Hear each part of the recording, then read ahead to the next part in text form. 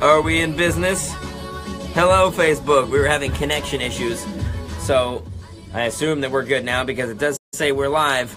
I'll tell you what. I am dragging this morning.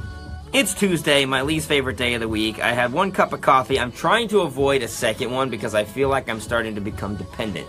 At first, it was like, if I'm feeling pretty slow, I'll get a second cup of coffee for that little pick-me-up. But now, I feel like it's starting to be like, I absolutely need that second cup of coffee, and I don't like feeling like that. But anyway, let's take a sip from the daily dish. You know, if you were to put a small amount of liquid in a dish, like on a plate, and slurp. Let's slurp it up. Let's slurp up that celebrity gossip. Here we go. Game on.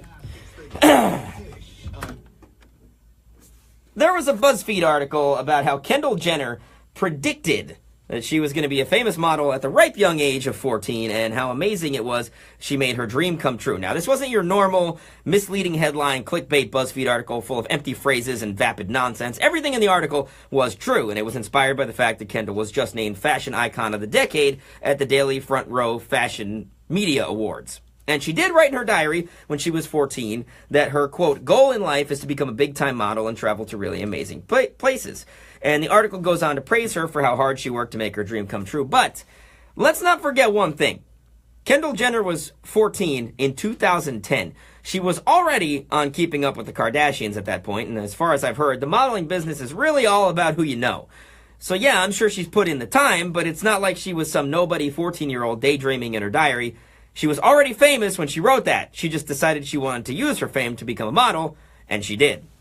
Mark Hoppus from Blink-182 contributed an interesting form of Hurricane Harvey relief aid, an album called Dog Songs, which features tributes to a bunch of famous fictional dogs in order to raise money for real dogs displaced by Hurricane Harvey. Mark's song on the album is called Not All Dogs Go to Heaven, and it's about Dinky from National Lampoon's Vacation.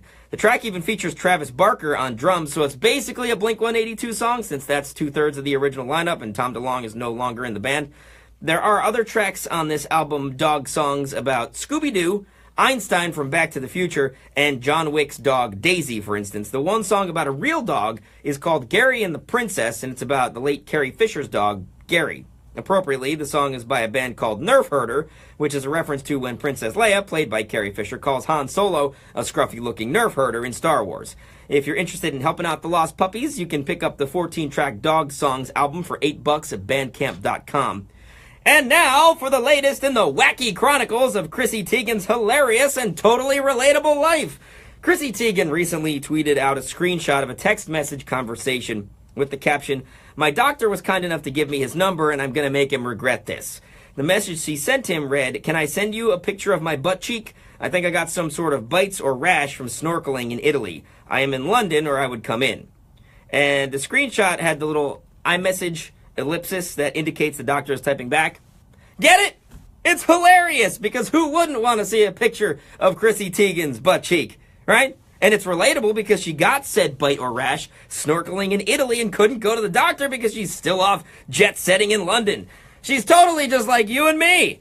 Oh, but the best part was when another Twitter user asked her in response if she uses adult baby diapers or if she has ever thought about it, and she replied with the classic Chrissy Teigen wit. Yes and yes. Oh, Chrissy, you slay me. I can't stand Chrissy Teigen. She's not funny. She's not clever. Like, the butt cheek thing is mildly amusing, but not for any... It's like, butts. It's funny. Like, you know, responding... The Chrissy Teigen's style is to respond with a yes or an LOL, and people just think it's the most hilarious thing ever. I don't know why. Maybe because she's famous and most people don't do that. I don't get it. I don't like her, and I think she's full of herself. So, that's that. We will be back with more.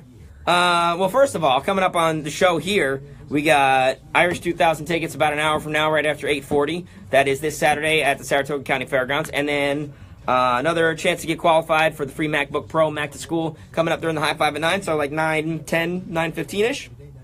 Excuse me. Whew. Tummy problems this morning. So anyway, see you for the Bill and Scott Cubicle Show, 10:30 this morning. Until then, bye.